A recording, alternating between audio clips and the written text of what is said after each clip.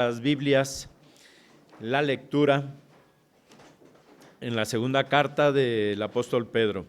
Segunda de Pedro, capítulo 1.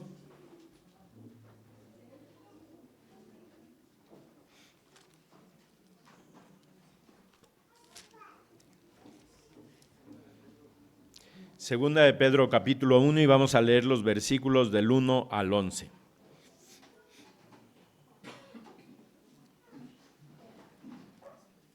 Puestos de pie de manera alternada, hacemos esta lectura, hermanos. Segunda de Pedro, capítulo 1, versículos del 1 al 11.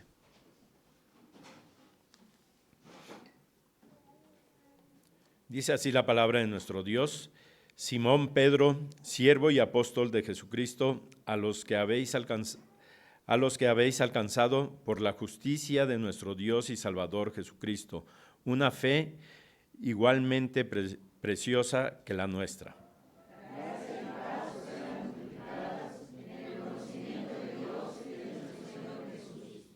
Como todas las cosas que pertenecen a la vida y a la piedad nos han sido dadas por su divino poder mediante el conocimiento de aquel que nos llamó para su gloria y excelencia.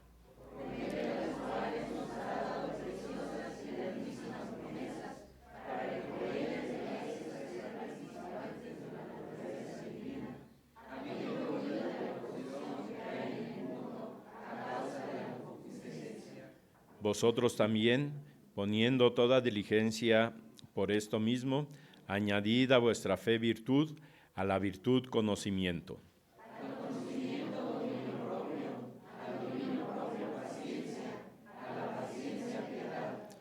A la piedad afecto fraternal y al afecto fraternal amor.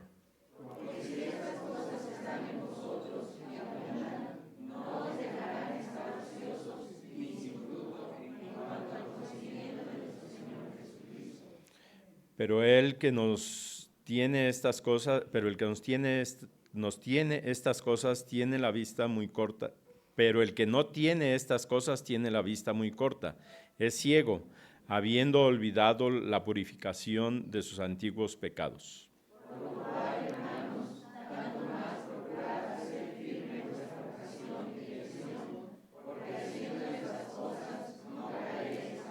Todos juntos, porque de esta manera os será otorgada amplia y generosa entrada en el reino eterno de nuestro Señor y Salvador Jesucristo. Amén. Así de pie, hermanos, recibimos a nuestro hermano presbítero Rodolfo Ramos Pineda, que nos trae el mensaje en esta ya tarde. Vamos a orar para que hoy Dios hable a nuestro corazón. Oremos. Padre, oramos en el nombre de Jesús hoy en esta tarde que nos permites estar reunidos, sobre todo para darte honra y gloria a tu nombre. Habla a nuestro corazón, la palabra no vuelva vacía, haga en nosotros lo que tú quieres. Hoy nos da gusto haber llegado sin ningún contratiempo aquí a Morelia, el que nos permitas estar aquí con esta familia de creyentes en Jesucristo, lo que tú tienes para ellos y lo que tú tienes para nosotros. En el nombre de Jesús estamos orando. Amén. ¿Pueden sentarse? Me da gusto saludarles. Hace muchos años me tocó venir a esta iglesia. Todavía vivía el hermano García, Pastor García, ¿verdad?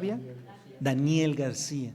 Sí, él estaba de pastor. Yo era, creo, vicepresidente del primer sínodo o secretario, y me tocó hablar algo aquí con el presbiterio del sur, y precisamente nos tocó, pero ya ni me acuerdo hace cuántos años, tanto es que no me acordaba del templo, ¿no?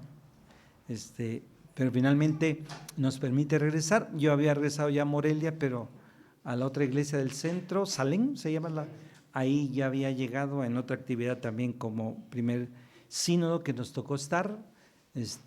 Soy acapulqueño yo, saben lo que ha ocurrido en Acapulco, pido sus oraciones con mi familia. Ya vive mi mamá, 3 de mis hermanos y un hermano, solamente 2 de nosotros vivimos fuera, uno cercano a Iguala, Guerrero, y yo que actualmente vivo en Toluca. Entonces que Dios esté obrando allá. No hay duda que Dios tiene un propósito para Acapulco y las zonas que están ahí, porque no solamente le habló a la gente que no le conoce, sino la propia iglesia también. Hablando Dios, cuando ocurren estas cosas, porque Dios quiere hablarnos siempre a nuestras vidas. Hay que vivir como Dios quiere. Regularmente nosotros pensamos que podemos vivir, y decía una vez un hermano, como Ricky Martin, vivir la vida loca. Y no se puede vivir así, por supuesto. Desde el versículo 3 en adelante, y leímos desde el 1, habla que hay que escapar de esta corrupción que hay en el mundo debido a los malos deseos.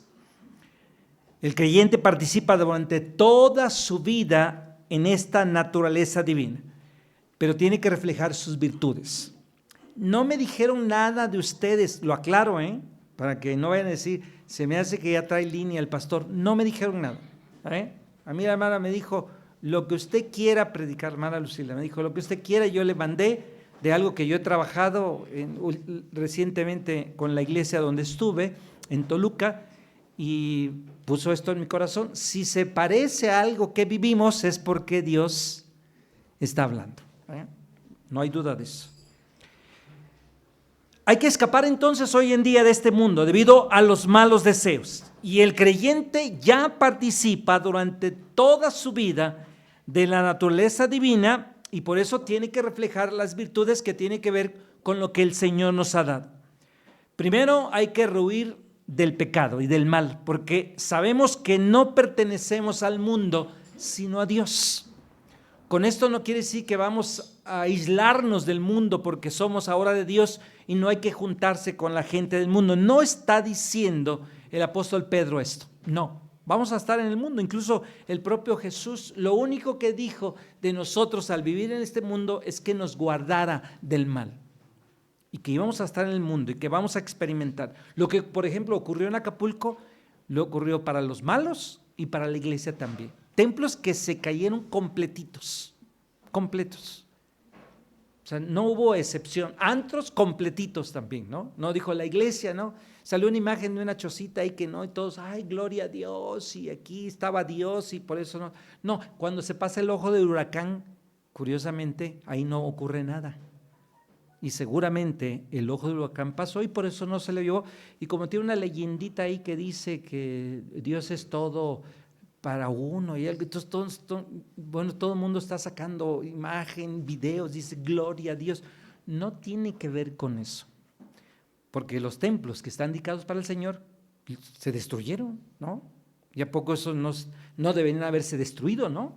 Si Dios hubiera querido, no se lleva ninguna tabla roca, pero por ahí pasó precisamente el huracán. 265 kilómetros, dicen algunos que hasta 300 kilómetros el huracán lo que hizo. Estamos en el mundo, pero tenemos que ser distintos, diferentes nosotros. Revestidos de esta nueva naturaleza, creados para ser como Dios en verdadera justicia y santidad. Por eso existe un esfuerzo deliberado de evitar el concepto que el mundo es malo de por sí. Tener presente que cuando Dios se revela, el cual Dios llama al hombre a tener comunión con él, en suma, no es el hombre, sino Dios quien toma siempre la iniciativa. Por eso el apóstol Pedro habla que el modo de vivir de un cristiano virtuoso reclama las promesas de Dios, evitando la corrupción del mundo. Hace mucho tiempo en el Fanal pasó la historia de un hombre cristiano que lo paró tránsito y no traía la licencia. Y entonces pues le dijo, como los de tránsito, pues se tiene que mochar usted, ¿no? La del Puebla se tiene que… Entonces el hermano dijo, pues ni modo, pues le voy a dar. Eso está mal, pero le voy a dar, si no me va a quitar el coche. Y bueno, ya le dio. Pero ya no sabía cómo hacerse sentir él, si bien o mal, de lo que hizo. ¿Y saben qué pensó al final? Dijo, este de tránsito requería dinero y yo le di una ofrenda de amor. Era un hombre necesitado. No era corrupción, era una ofrenda de amor. Entonces ahora los hermanos van a aprender que a los de tránsito tenga su ofrenda de amor, ¿no? Como aquella hermana que le dijeron que cuando estaban los policías federales de caminos, les decía que cuando los vieran y la parara, le sacara en ese tiempo uno de a 20, que era mucho, ¿no? Uno de 20 en aquel tiempo. Y pasó y vio una patrulla y se paró y fue corriendo a darle el de a 20 y le dijo, ¿y eso? Es que me dijeron que cuando los viera le dieron uno de a 20, sí, pero era cuando lo pararan, no cuando estaba estacionada, ¿no? Te iba a darle. Porque a veces no hay diferencia en ser cristianos con la gente del mundo. Nos comportamos en ocasiones igual. Y Pedro tiene que decirnos que el modo de vivir de un cristiano refleja las promesas y evita las corrupciones del mundo. Esto hay que hacer. A mí me han parado de tránsito en muchos lugares.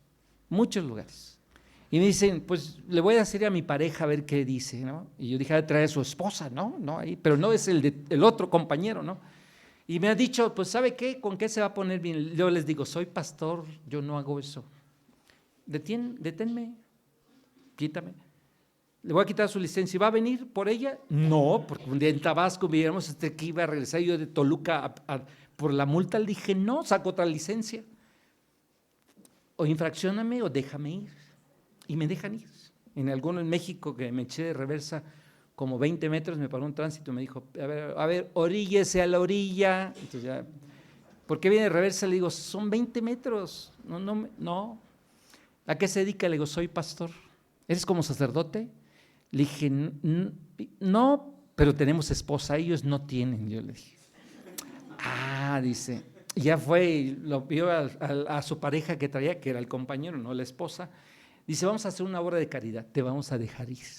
Entonces, nunca me han infraccionado a mí. Y si me infraccionan, pues yo les doy la licencia, pero no le doy nada. Porque si cometí la infracción, lo que tengo que decir es que sí, no.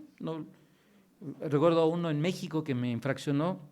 Yo traía de TV Azteca una placa y me vio y me paró y dice, ¿esa placa, tú trabajas en TV Azteca? Le dije, no, tengo un alumno en TV Azteca y me la regaló. ¿Estás usurpando funciones? Entonces, no, yo no estoy diciendo que trabajo en TV Azteca. Yo dije que un hermano me dio, un alumno le dije yo. ¿A qué te dedicas? Soy pastor. Uy, parejita le dice, ¿te acuerdas el otro pastor? Hasta 2 mujeres y le echa el trago. Bueno, él será así, pero yo no. ¿Me vas a infraccionar o me vas a dejar ir? Y entonces empezó a llover. Le dije, ya no estamos mojando. Dice, me voy a quedar con la placa y ya vete. Y me dejó ir. Yo iba al seminario, ya no sé si era cuando Pati era ahí, la secretaria, que tengo el gusto de conocer a Pati de mucho tiempo. Y entonces llegué al seminario y le dije después al estudiante, ¿y la placa, pastor? Pues me la quitó el de tránsito. Vamos con las cámaras. Le dije, sí, pero sin mi coche, porque yo diario paso por ahí. Entonces, si va a ver, me va a agarrar a mí de todo el día. Me quería llevar detenido. Le dije, llévame detenido. Entonces, no tengo que hacer yo nada de darle. A lo mejor le daría una Biblia, ¿no? Un Nuevo Testamento, pero no le daría yo nada para sobornarlo, porque tenemos que ser como diferentes, distintos. Pedro es lo que está diciendo esto. Por eso las cualidades que un cristiano tiene que llevar es que tiene que llevar una vida productiva, eficaz, y está exhortando a los creyentes a ser poseedores de cierto número de virtudes. La fe es una de las que encabeza esto. Por eso hay que esforzarse, y añade Pedro la fe, bondad, y a la bondad conocimiento. Por eso el apóstol Pablo escribe en sus cartas y dice, ocupaos de vuestra salvación con temor y temblor, porque Dios es el que vosotros obra. Dice Filipenses 2, 12 y 13. Nos ha dado Él una promesa. Es fiel a su palabra y la va a cumplir. Por eso Dios espera que nosotros hagamos de nuestra parte. Hoy se necesita ser diferente ante un mundo que se muestra de una forma totalmente distinta. Por eso de repente el que nosotros seamos luz en la oscuridad, eso es lo que la gente necesita ver. Eso es lo que necesita saber, ¿no? De repente a veces nuestros liderazgos dentro de la iglesia, de pastor, de ancianos y diáconos, da mucho que desear y estamos reflejando otra cosa distinta, diferente. Tenemos que, como dice el apóstol Pedro, vivir como Dios quiere. Dice, Dios llama a una persona, Él quiere que ésta haga todo el esfuerzo posible para obedecer este llamado divino y que lo haga sin demoras. Tenemos que hacerlo nosotros. Por eso la fe será la confianza personal que hoy en día tiene el creyente. es la confianza que tiene en su Señor, en su Salvador, y que esto se basa en su vida espiritual. La fe es la raíz de todas las virtudes que Pedro está mencionando aquí en esta carta que tuvimos la oportunidad de leer. Y añade y dice, 7 virtudes son inalcanzables. Se nos ha dado el paso de la fe y nuestra confianza en Jesús, nuestra fe tiene su fe precisamente en Él. Hoy en día, a pesar de lo que podamos estar viviendo, nosotros tenemos que tener fe en el Señor. Me quitaron a mí el colon derecho, el apéndice y 15 centímetros de intestino delgado. Y era cáncer de colon. Y entonces el oncólogo médico en Toluca me dijo, ¿le quitaron eso? ¿Tiene cáncer? Le dije, pues sí, ¿no? Sí. ¿Qué tal si me dejaron algo ahí, no? No, usted ya no tiene cáncer. ¿Ya se lo quitaron? La oncóloga médica anterior me dijo que me iban a dar 6 quimios y me dio una. No, y se siente feo. Le decía a mi hija, me siento como que estuviera drogado. Me dijo, ¿y cómo se siente estar drogado, papá? No sé, pero se siente algo feo así adentro, ¿no? Y mal se siente uno. Pero la oncóloga que después vi me dijo, usted no necesita ni quimio ni radio. Ya le quitaron el cáncer. Es un cáncer de bajo grado. Y yo nunca sentí nada. Nada, absolutamente. Pero estaba confiando en Dios. Si hoy no he muerto, es porque Dios quiere algo todavía en mí. Porque si no, ya me hubiera llevado Él. Cuando me iban a operar la segunda vez, me operaron la primera vez, me encontraron un tumor de 1,4 kilos y 2 litros de gel aquí. Mi esposa me tocaba aquí la panza y me decía, ya no comas tantos tacos y coca, mira la panza que tienes aquí. Pero no era el gel de 2 litros que yo tenía. Dice la cirujana, usted tuvo un hijo de 3,4 kilos. ¿Cómo le va a llamar? Tengo un perrito que se llama Hachi. Le dije, le voy a llamar Hachi a mi hijo. Dice, usted traía un bebé ahí. Me operaron por segunda vez este 5 de junio, casi llevo 6 meses que me operaron. Y la enfermera que me iba a estar en la operación me dijo, ¿cómo se siente, señor? ¿Bien? ¿Está nervioso? No. Pues si me muero ahí en la operación, pues voy a estar anestesiado, ni voy a sentir. Como usted un día se va a morir, ahorita sale y la atropellan y se muere. Y estuvimos hablando de eso y me dijo, oiga, señor, me está animando usted más a mí que yo a usted. Porque estamos en las manos de Dios, tenemos la fe en Él. Estamos caminando con Él. Y si hoy estoy aquí, tengo una herida de 26 puntos, más grande que una cesárea, ¿no? Le digo a las hermanas que han tenido cesáreas, le digo, yo ya sé qué se siente. Y luego con lo que me quitaron, dice una hermana, así se siente cuando tiene los hijos, pastor. Pues se siente feo, ¿no? Sí, es una situación muy complicada y difícil, pero hemos seguido confiando, como dice Pedro, esta manera de vivir hay que tener fe en Él. Y hemos tenido fe en Él. Y Él está haciendo la obra. Yo he creído que Dios me ha sanado. Que ya no voy a necesitar más cosas. Me revisó una tomografía la semana pasada en Atlacomulco, me la hicieron y la oncóloga dijo, no tiene usted absolutamente nada. Tengo que tener revisiones, por lo menos 2 años van a estarme revisando. Y yo le he dicho a Dios, yo sé que tú me has sanado en el nombre de Jesús. Pedro no solamente ve la fe, dice también la bondad. Es un atributo divino y tenemos que reflejar esta virtud en nuestras vidas. Nuestra conducta diaria debe ser la demostración de la excelencia moral y por eso la fe y la excelencia se sustentan mutuamente. Un conocimiento debe haber. La virtud que surge de la fe es el conocimiento. La palabra griega que da a entender usando nuestras mentes, tenemos que discernir en lo correcto en todas las circunstancias. Que conocemos la calidad moral de la gente con la cual nosotros nos encontramos. Podemos poner nuestro conocimiento en acción cuando ponemos todo nuestro sentido común en lo que decimos, en lo que hacemos y en lo que pensamos. Además, el conocimiento y la fe van de la mano, ya que la fe es fortalecida por el conocimiento y el conocimiento se arraiga en la confianza. Yo puedo tener esta fe, esta bondad, pero un conocimiento de lo que Dios va a ayudarme en todo. No significa que no voy a vivir situaciones complicadas y difíciles, sobre todo viviendo en este mundo. Un Jesús que dijo, en este mundo, ¿qué van a tener? Aflicción. Todo mundo tenemos aflicciones, de enfermedad, de problemas económicos, de salud, con la suegra, con el suegro, ¿a poco no? ¿No? Dice un hermano, yo quiero mucho a mi suegra, dice, me hubiera casado mejor con ella y no con su hija. Quiere más a la suegra, ¿no? Hay buenas suegras, hay suegras que no son tan buenas, ¿verdad? Aquí no, por supuesto, ha de ser en Salem donde hay esas suegras, pero aquí por supuesto que no. Pedro sigue hablando, un conocimiento, un dominio propio, una constancia, una piedad, y por eso 3 cualidades que menciona Pedro. La santificación del creyente es que tiene que tener dominio propio.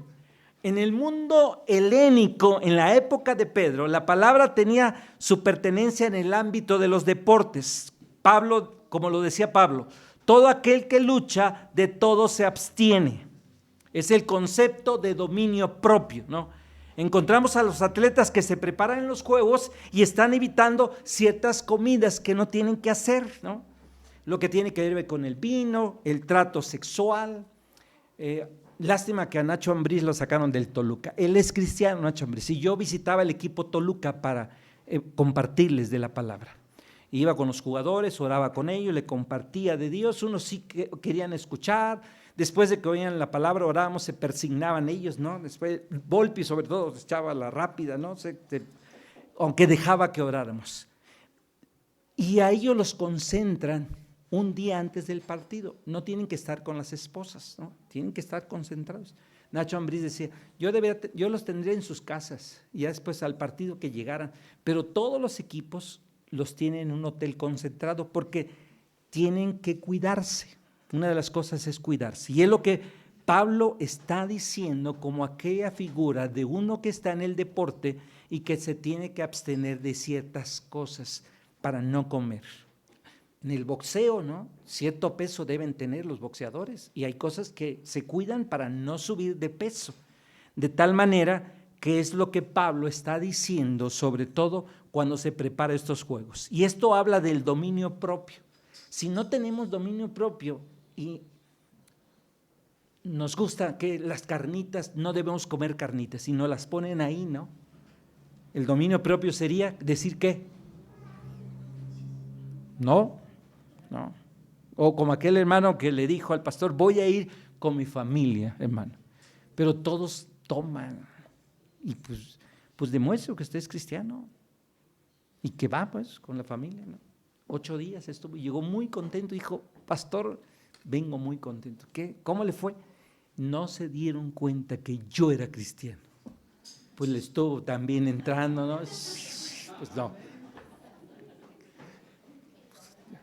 Eso no es dominio propio, por supuesto, ¿no? Dominio propio es decir que no. Recuerdo a mis hijos, estaban pequeños, me decían mis hijos, sobre todo mi hijo, el varón, que hoy no vino, está mi hija, papá, ¿podemos tomar? Y yo le dije, ¿me han visto a mí hacerlo? Cuando me vean hacerlo, entonces sí. Si yo soy ejemplo, pues ellos lo hacen. Pero mientras no me vean a mí, ¿por qué quieren hacerlo? Mi hija está aquí ahorita, ¿no? Yo espero que no haya tomado, ¿no? No le he preguntado, ¿no? Y a mi hijo tampoco. Está bien la hermana, ¿verdad? No le está haciendo nada, hermano, ¿verdad? El cristiano debe ejecutar dominio propio en todas las circunstancias y debe hacerlo poniendo su confianza en Dios. Por eso el dominio propio como una virtud que el cristiano tiene que practicar el dominio propio. Martín Lutero decía, la gente se difiere y una persona es fuerte y la otra es débil por naturaleza. Nadie está siempre tan buena condición como la otra. Por eso el cristiano tiene que mantener su dominio propio confiando plenamente en Dios. Vamos a confiar en Dios. Hoy yo no puedo tomar tanta coca y he dejado de tomarla, pero de repente le digo a mi esposa, pues una coquita, ¿no? Tantito, ¿no? Cuando yo no podía y estaba recién operado la primera vez, le dije a mi esposa, ponte coca aquí en los labios y dame un beso, ¿no? Pues yo la siento aquí, ¿no? Pues ahora ya no tomo. De repente le digo, ayer nos invitaron a comer y cuando nos invitan a comer y nos ponen coca, le digo a mi esposa, pues hoy sí, ¿no? Pues nos están invitando, ¿no? Tantito, ¿no? Entonces nos sirvimos un vasito y ya entre mi esposa y yo estuvimos tomando y ahí dejé una parte, ¿no? Finalmente, el dominio propio de no hacerlo. No estoy satanizando la coca, que quede claro, ¿no? Es decir, no estoy hablando en contra de la coca, ¿no? Ni estoy hablando a favor tampoco de ella, porque va a salir usted de la predicación, ya ven hijos, la coca es mala. No estoy diciendo eso, no estoy diciendo eso. El dominio propio de hacer las cosas cada uno de nosotros, una constancia. Dice el apóstol Pedro, la falta momentánea de un autodominio lleva al fracaso y la pérdida del respeto por uno mismo. Por eso la perseverancia se define como la característica de uno que no se debe desviar de su propósito deliberado, ni de su lealtad a la fe ni piedad, ni siquiera ante las pruebas y los sufrimientos más grandes. Esto es lo que Pedro está hablando, una constancia y una perseverancia. De repente queremos estar bien con Dios en la relación siempre y cuando nos va bien. Pero el día que empieza a irnos mal, le empezamos a decir a Dios, oye Dios, ¿qué pasó? Ya la traes contra mí, seguramente. No es así, no es así. Una constancia en fe es la manera que vamos a vivir. Es como una hija que está relacionada con su madre. Se origina en la fe, ya que el creyente sabe que Dios tiene el control total de cada situación. Él tiene todo el control. Mi abuela tuvo cáncer de matriz y le dijo a Dios que la dejara vivir 5 años.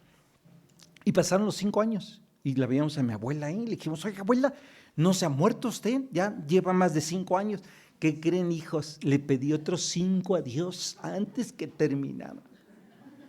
Pasaron otros 5 y le volvimos a preguntar, oiga, abuela, ya lleva 5. Le pedí otros 5.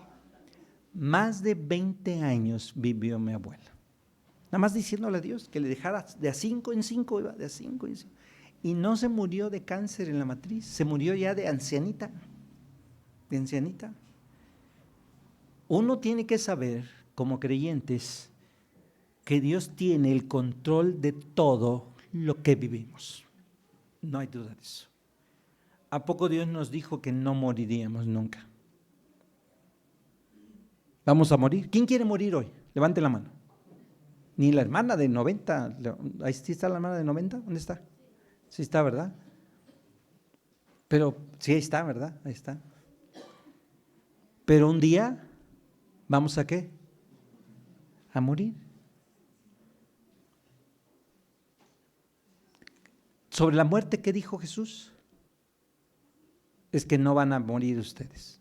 Él dijo, sí van a morir, pero el día que mueran, si yo soy la resurrección y la vida, y el que cree en mí, aunque esté muerto, ¿qué?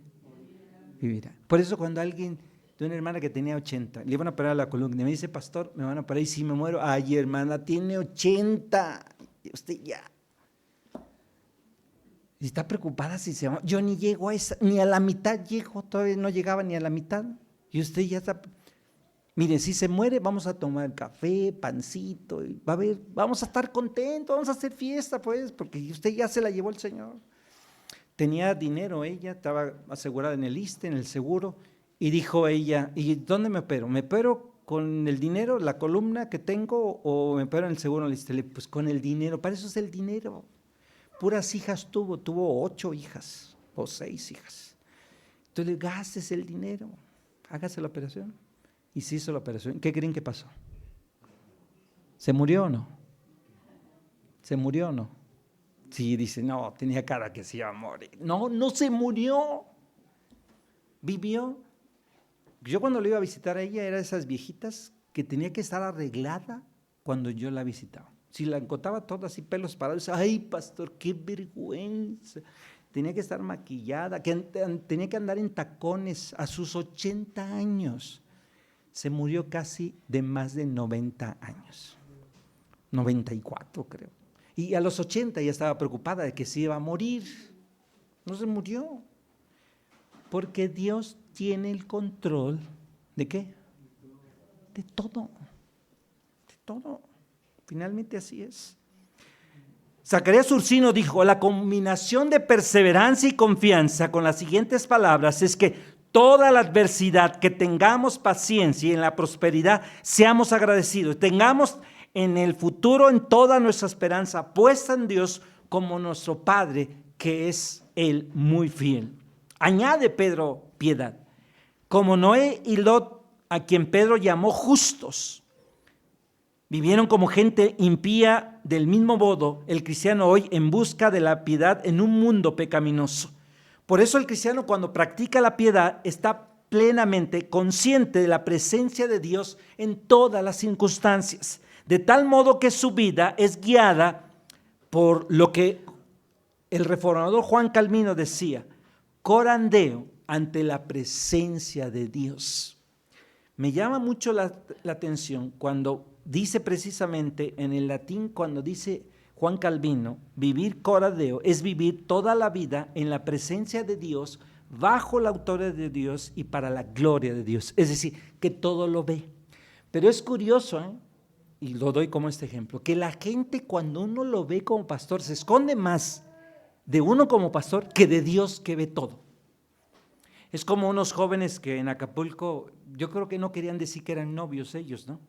Y le dijo a ella: si Dios lo sabe, que lo sepa el mundo, ¿no? Y pasamos por ahí como 6 muchachos y nos empezamos a reír porque nos enteramos, ¿no? Que ya andaban, ¿no? Pero ellos estaban en el oscurito ahí y como que ella le decía: di que ya somos algo, ¿no? Pero dijo una verdad, ¿no? Si Dios lo sabe, que lo sepa el mundo. Caminamos nosotros pensando más en las personas si nos ven que Dios mismo, que Él ve todo. Hasta se esconden de uno, ¿no? Yo recuerdo a un hermano un día en Toluca, no les diré el nombre, mejor lo conocen, estaba así, nariz con otra persona comiendo. Y pues yo dije, no están orando, ¿verdad? Y no era la esposa, ¿no? Entonces yo lo vi, me vio y yo lo saludé así.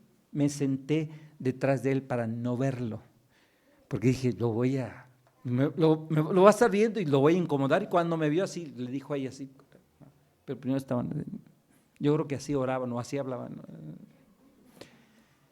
Entonces mi esposa se sentó enfrente, pero yo no le dije nada a mi esposa. Mi esposa no se para, no saluda a las personas, a lo mejor así, o me preguntaría, y ese día se levantó y lo fue a saludar hasta la mesa. Hola, hermano, y a la señora la saluda y se sienta en su mesa. Me dice, esa no es su esposa, ¿verdad? Creo que no. Después lo vi y le pregunté y me dijo, sí, pastor, me estoy divorciando, es la otra. Se quiso esconder de mí cuando Dios lo sabía y lo sabe, ¿qué? Todo. Por eso Juan Calvino esto habla, ¿no? Corandeo, vivir la vida en la presencia de Dios, bajo la autoridad de Dios y para la gloria de Dios, porque Él lo está viendo, ¿qué? Todo. Por eso hay que vivir en la presencia de Dios, es entender que todo lo que hagamos y donde sea lo que hagamos, lo estamos haciendo bajo la mirada de Dios. Dios es omnipresente, no existe ningún lugar tan remoto en que podamos escaparnos de su mirada penetrante. Le pasó a un profeta así. Lo manda Dios a que vaya a dar el mensaje y él se va a España y cree que en España no está Dios y ahí llega Dios. Después se va a un barco, que en el barco que va empieza a hundirse el barco. Él dice, arrójenme al mar porque al que está buscando el de arriba es a mí, y lo arroja y viene un gran pez y se lo come. ¿Quién era ese profeta? Jonás. Porque Dios lo ve, ¿qué? Todo. No quería obedecer Jonás y entonces creyó que yéndose a otro país no estaría Dios, pero Dios está, ¿en dónde está Dios? En todo lugar. Por eso Juan Calvino nos habla, ¿no? Vivir toda la vida, corandeo, es vivir una vida de integridad. Es una vida plena que encuentra su unidad y en esta majestad de Dios. Por eso Jesús decía, hay que amar a Dios con todo el corazón, con toda el alma y con toda tu mente. Y el primer más grande mandamiento. Y el segundo es, amarás a tu prójimo como a ti mismo. Por eso Pedro añade en lo que hoy leímos, un afecto entrañable. Pedro no quiere que limitemos nuestro amor a los miembros de la iglesia. No quiere que limitemos esto. Él conoce la enseñanza de Jesús y dice, Jesús, hay que amar incluso a ¿quiénes? A los enemigos. Miren, los hermanos que menos me quieren saludar en las iglesias son los que más saludo. Había una muchacha en México que estaba casada y después llegó con alguien. Le dijimos, ¿y quién es él? Dice, pues un amigo, pastor. ¿Y tu esposo? Pues por ahí anda. Dije, pero es tu novio él. No. Y se enojó porque le dije yo eso. En México, fíjense, en México me la encontraba en varios lugares y le pitaba, ¡hey! Y le decía, ¡ah! Y ella me veía y no me quería saludar. Llegaba así al templo y yo la saludaba y se pasaba, pero yo más la saludaba. Y la veía en la calle y yo le decía, entonces, al que menos me quiere saludar, yo lo saludo. Porque es algo que tenemos que hacer nosotros. Porque es muy fácil amar a aquellos que, ¿qué? Que nos aman. Pero Jesús quiere que trascendamos, que amemos incluso a aquellos que son, ¿quiénes? Nuestros enemigos. El amor es una deuda que tenemos para dar con todo a nuestro prójimo. Y por eso habla de esto. En una comunidad cristiana no podemos limitar la práctica del amor con solamente Dios es amor, escribe Juan, y el que vive en amor vive en Dios y Dios en él. El amor que Pedro menciona como la característica final de las 8 virtudes es el fruto de la fe en Dios. ¿Qué conocimiento con las virtudes que Pedro enumera en los siguientes versículos? El significado es que nosotros sigamos desarrollando, cosechemos abundantemente. Por eso no tenemos tanta cosecha, porque no estamos nosotros desarrollando. Uno pensaría en la iglesia que todos nos amamos. ¿Aquí toda la iglesia se ama? ¿Qué dice? ¿Se aman todos? Dicen, amén. Volteamos, ay, Señor. Otra vez nadie me dijo nada, ¿eh?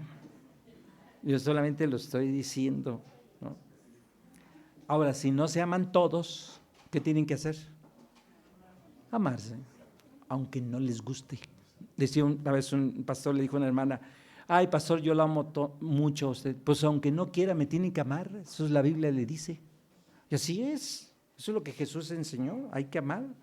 No hacemos más decirle a alguien que amamos, sino eso es lo que tenemos que hacer. Y es lo que Pedro enseña. Es la actitud que yo debo estar tomando. Por eso Pedro indica que debemos cultivar todas al mismo tiempo y verlas crecer y desarrollarse. Pablo también lo menciona en la primera carta a Tesalonicenses. Por eso la consecuencia de este desarrollo es que no seamos inútiles, improductivos en nuestra vida espiritual. Cuando somos ineficaces, estamos ociosos, y cuando no somos productivos, somos inútiles en la sociedad. Es como aquel hermano que decía, yo jamás he compartido a otros de Cristo. Sí, me ha tocado gente que no, como a los jóvenes cuando le preguntan, espero que ustedes no digan eso, ¿no? Bueno, por lo menos conozco a su papá y él no lo decía, ¿verdad? Pero jóvenes que decían, ¿y a dónde vas el domingo a las 12? Pues voy al templo. ¿A dónde vas? Al templo. ¿Cómo se llama la calle? Sí, me cuesta trabajo, pero en esa calle. ¿A qué calle vas? Entonces, y vas a una iglesia. No se entiende eso, ¿no? Porque no quieren decirlo, ¿no? Y tendrían que decirlo, por supuesto. Todas nuestras virtudes tienen que aumentar y dar fruto, especialmente en cuanto a nuestro conocimiento de Cristo. Del mismo modo que los padres quieren que sus hijos aumenten peso, también Pedro dice que tiene que haber un crecimiento espiritual al ir conociendo cada vez a Jesús. Me preocupa mucho a mí ver adultos mayores que no muestren madurez espiritual. Me preocupa mucho. Porque yo entiendo que entre más van creciendo, tienen que ser más maduros. Y a veces parece que no es así. Y tendría que ser así. Un Jesús que quisiera saber más de su propia gracia para mostrar a otros y la salvación, como dice el autor. Por eso Pedro diría, no las tiene, es corto de vista y ciego porque ha olvidado que se ha purificado de sus pecados pasados. Si hay una persona en la comunidad cristiana que carece de estas 8 virtudes que van desde la fe hasta el amor, dicha persona es inútil, improductiva. Si estas virtudes no hay en la vida del creyente, no estamos haciendo absolutamente nada. Es como si temblara ahorita. ¿Y qué tendríamos que ver? ¿Tiembla aquí en Morelia? No. Se siente un poco, ¿verdad? Como en Toluca también casi. El del 19 creo que sí se sintió. Pero igual no se siente mucho. Pero en Acapulco, por ejemplo, tiembla. Mi mamá decía, no corran. Pónganse nada más ahí en la puerta, sálganse, pero no quiero que corran. Entonces temblaba y le decía a mi mamá, ¿corremos o no? No, no corran. Ah, bueno. Entonces estamos acostumbrados nosotros. Cuando vivimos en México y tiembla, no corremos tampoco. Y a mis hijos les enseñé eso también. Ya se está cayendo los techos, entonces sí, yo creo que hay que correr, ¿verdad? Pero si no, tranquilo, no pasa nada, no pasa nada. Y lo peor que puede pasar es que se caiga el edificio y ya, y nos morimos, ¿no? Pero tenemos que tener nuestra confianza precisamente en Dios. No está acusando Pedro a sus lectores, solo está declarando un hecho y los ilustra en este punto. Es la figura de una persona que es corta de vista y ciega.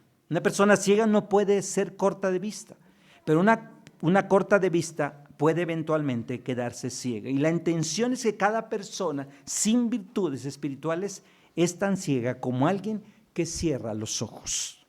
Por eso Pedro en esta ilustración habla que la persona que descuida el cultivo de los valores espirituales está ciego y no puede ver la verdad de la palabra de Dios. Con tristeza yo puedo ver iglesias que ese es el ejemplo que damos, un ejemplo mal hacia los demás. Que no ven que somos cristianos, que no ven virtudes en nosotros. Por eso luego dicen, ¿y eso que son qué? Cristianos o hermanos. ¿Qué tal si no fueran? ¿No? ¿Cómo sería? ¿No? Porque parece ser que no tenemos ni una virtud de lo que Pedro está diciendo que nosotros tengamos. El propio Juan describe a la persona que declara estar en luz, pero que cree, odia a su hermano. Eso no se puede, eso no se puede. Dice, es como aquel que tropieza en las tinieblas, porque las tinieblas lo han cegado. Y por eso Pedro está hablando de esto. Todo aquel que mira a Jesús con gratitud por su salvación se sigue desarrollando en esta relación personal con el Señor. Y recuerda cuando se convirtió el tiempo de su bautizo, que vivió en pecado y que se convirtió. Quizá esta persona no llegó a darse cuenta del significado de su purificación, por la cual no rompió con su pasado, sino mezcló su vida terrenal con la vida cristiana. Por eso, la verdadera fe si la verdadera fe falta en el corazón de las personas que han sido bautizadas, todas las demás virtudes que Pedro menciona siempre estarán ausentes. Por eso Juan dice en la primera carta, Juan 2:19, salieron de nosotros, ¿pero qué? Pero no eran de nosotros. Porque si hubieran sido de nosotros, habían permanecido con nosotros. Pero salieron para que se manifieste que no todos son de nosotros. Así es, así es. Es algo que Pedro hoy quiere que nosotros vivir como Dios quiere que nosotros vivamos. Si no tuvo la oportunidad de leerlo bien, le invito a que finalmente pueda leerlo otra vez con calma, toda esta lectura. Y voy a terminar con lo último, sobre todo en los versículos 10 y 11. Yo sé que soy un hijo de Dios, yo lo sé. ¿Quién sabe si son cristianos? Mataron a una mujer en Toluca hace muchos años. Decían que era cristiana ella, abogada, y lo están grabando, ¿verdad? Sí, ¿verdad? Omitiré el nombre, ¿verdad? Pero le dieron un tiro. Y a mí me preguntaron que si ella, le dieron un tiro en la cabeza y me preguntaron, ¿ella es cristiana, pastor, en la forma que murió? Y yo dije, no lo sé. Pero toda la familia, ¿qué cree que habló de ella cuando murió? maravillas, sí, del muerto todo uno habla, ¿no? Qué buen padre, y todos voltean, ¿él? Qué buen proveedor, nunca daba nada el hombre, pero no. O sea, todo uno cuando se muere, por eso muérete y van a hablar todo bien de ti. No, yo nunca he escuchado a alguien que diga, no, este hombre es un perverso, no. Y yo le dije, no lo sé. Yo por eso nunca hablo de los muertos. Cuando se mueren no hablo de él. Digo, ay, seguro está en la presencia de Dios, porque ni estoy seguro, ¿qué tal si no está? Yo ando diciendo que sí está, ¿no? Yo le hablo a los que están oyendo el mensaje, pero no del muerto. Ya se murió, ¿no? Ya déjenlo, ¿no? Yo tengo que saber que yo soy cristiano, nada más yo, y Dios que lo sabe. Porque las apariencias podemos aparentar ser cristianos y no lo somos. Por eso nuestra vida tiene que reflejar que somos cristianos. Por eso cuando analizo yo mi vida espiritual, sé que la certeza de la salvación no viene mediante sueños y visiones. Tengo la seguridad que la salvación, porque Dios me ha dado su palabra y la ha revelado en Jesucristo. He obrado y sigo obrando en mi corazón a través del Espíritu Santo. ¿Y cuál es ese efecto de esta fe? Que cuando escucho obedientemente el llamado de Dios y hago su voluntad, experimento la cercanía de Dios en mi vida. Y termino con un ejemplo. Había un joven que era cristiano, pero no había estudiado nada él del examen. Era un examen extraordinario y si no lo pasaba, entonces decía… Pero cuando me contó el relato me dijo, pastor, Dios existe. Dios existe. Dije, sí. Dije, ¿por qué? Porque yo no había estudiado, pastor. Y oré para que yo pasara el examen. Y luego, y lo pasaste, y lo pasé, pastor. Dios es bueno. ¿Por qué? Porque cuando presentó el examen, su hermano era excelente en la escuela. Y por el apellido, el maestro le dijo, oye, ¿tú eres hermano de tal? Dijo, sí. Oye, tu hermano, excelente. Entonces, ¿tú eres hermano? Sí. Saca tu libro y copia y presenta el examen. Entonces dice, Dios existe, pastor, es bueno. Mire, yo oré y hasta copié bien, ¿no? Con el libro y pasa. La vida cristiana no es así, por supuesto. ¿Se imaginan de que pues no hay que estudiar y orando y pues para que el maestro nos conozca a nuestro hermano, ¿no? O al pastor, ¿no? O a alguien, ¿no? Para que saca tu libro y copia. No es así la vida cristiana, por supuesto. Siempre tenemos que ser nosotros, hasta lo más posible, ser ejemplos. Este es lo que Dios quiere que nosotros seamos en nuestras vidas, en todos los ámbitos, como estudiantes, como esposos, como esposas, como hermanos, como padres, como hermanas, como hijos, como hermanos en Cristo. Eso es lo que tenemos que vivir, es lo que Pedro quiere que nosotros hagamos. Y ahora que vamos a tomar comunión, nos está invitando Dios a vivir así. Tiene que confrontarnos cuando vemos la comunión aquí. No vidas perfectas, porque no llevamos vidas perfectas. Yo no soy perfecto, aunque soy pastor. Pregúntenle a mi esposa, ¿no? Ahorita le pregunto a su esposo, okay. No, yo me enojo también. Cuando comencé en el ministerio, en México lo comencé, los chilangos, perdón si hay chilangos aquí, me decían, ¿qué cosa? Y yo les decía, ¿qué cosa de qué? O sea, ¿qué de qué? Y me decía mi esposa, eres pastor. Ay, sí es cierto, ¿verdad? Se me quitó, porque me decían, ¿qué cosa? Y yo decía, ¿qué cosa de qué? Bájate, pues bájate, ¿no? Pues digo, si antes de no conocer a Cristo yo no les tenía miedo, ahora con Cristo menos, ¿no? Pero no me iba a pelear con ellos, ¿no? O sea, tenía que ser, ¿qué? Diferente, ¿no? Me decían, ¿qué cosa? Y yo decía, ay, sí. Se me quitó.